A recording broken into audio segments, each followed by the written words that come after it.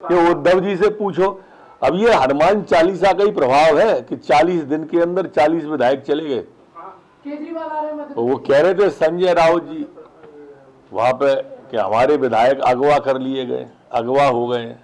अरे राउत जी अगवा नहीं हुए थे, वो भगवा हो गए थे। ये देश है जहां पहली बार हिंदुत्व के नाम पर कोई सरकार गिरी है।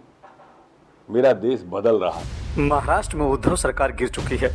इसके बाद भी विपक्षी दलों का हमला उन पर जारी है।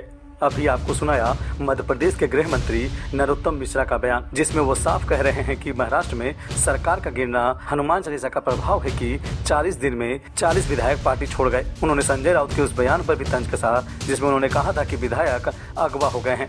इस पर नरोत्तम मिश्रा ने कहा कि वो अगवा नहीं भगवा हो गए थे। कि उद्धव जी से पूछो। अब ये हनुमान चालीसा का ही प्रभाव है कि 40 दिन के अंदर 40 विधायक चले गए। केजरीवाल आ रहे हैं, तो वो कह रहे थे संजय राउत जी वहां पे कि हमारे विधायक अगवा कर लिए गए, अगवा हो गए। अरे राउत जी अगवा नहीं हुए थे, वो भगवा हो गए थे। ये देश है जहां पहली बार हिंदुत्व के नाम पर कोई सरकार गिरी है।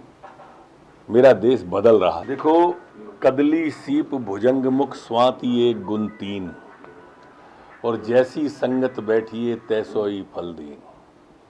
कांग्रेस की संगति जहां जहां हुई है, आप वहां वहां ये विसंगति देखिए।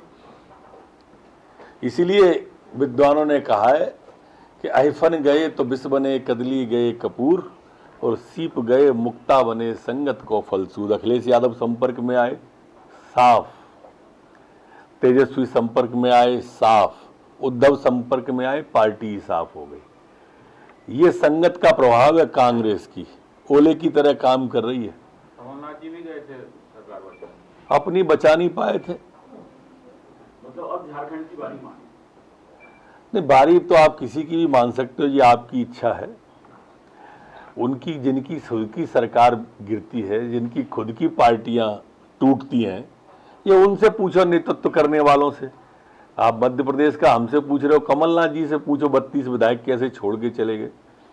विपक्ष में भी तो गए उनको छोड़ के। बता दें कि शिवसेना नेता उद्धव ठाकरे ने अपनी पार्टी के ही कई विधायकों के बागी हो जाने के बाद बुधवार को देर शाम महाराष्ट्र के मुख्यमंत्री पद इस्तीफा दे दिया। वो शिवसेना की अगुवाई वाले महाविकास आघाड़ी की सरकार में मुख्यमंत्री थे। हालांकि राज्यपाल भगत सिंह कोश्यारी ने उद्धव ठाकरे से कहा है कि वो नई व्यवस्था बनने तक वो बतौर कार्यवाहक मुख्यमंत्री काम करते रहें।